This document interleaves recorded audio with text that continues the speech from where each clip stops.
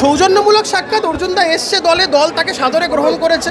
অর্জুনবাবুর সাথে তো সৌজন্যমূলক সাক্ষাতের জন্য আসা। দল ডিসাইড করবে যে অর্জুনবাবু প্রার্থী হচ্ছেন কি হচ্ছেন না, তো সেইখানে আমি বলার কেউ নই। যেই প্রার্থী হোক না কেন, ব্যারাকপুরে আবার পদ্ম ফুটবে। পার্থবাবু এই সমস্ত ছেড়ে দিয়ে আলটিমেটলি সিনেমাটা খুব ভালো করেন, সিনেমায় কেরিয়ার করুন, খুব ভালো অভিনয় করেছেন। দেখে তৃণমূল প্রার্থী সংগঠন বলছেন পারবেন কে অর্থভূমিক তৃণমূল কংগ্রেসের প্রার্থী এখানকার, আমি তো বললাম বিপুল ব্যবধানে পরাজিত হবে। আলটিমেটলি পার্থদার এমএলএশিপটাও যাবে, মন্ত্রিত্বও যাবে, সবই যাবে। আলটিমেটলি পার্থদা খুব ভালো অভিনয় করেছেন, আমি দেখেছি ওয়েব সিরিজটা, খুব ভালো করেছেন। ওই ফিল্ম জগতে কেরিয়ার করুক, খুব ভালো হবে। এগুলো নীতি নৈতিকতার প্রশ্ন। এখন বুঝতে পারছে যদি এখন করে দেয় আম ছালা দুটোই যাবে, এখন সেই জন্য করতে চাইছেন কিনা বলতে পারবো। একজন রাজনৈতিক ব্যক্তিত্ব হিসেবে আপনি তৃণমূলের ভবিষ্যৎ কি দেখছেন?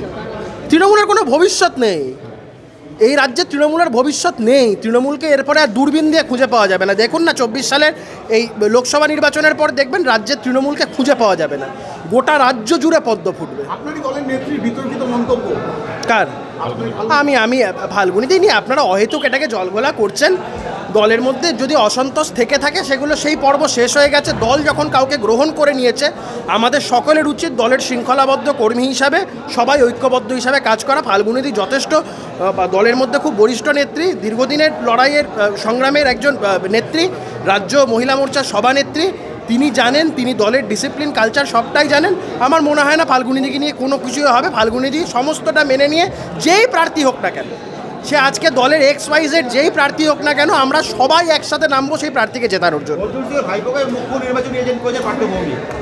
অর্জুন সিং নিজেই বলেছে যে অর্জুন সিংয়ের এরকম 2356 খানা ভাইপো আছে, তো ওইগুলো রিডান্ডেন্ট বিষয়।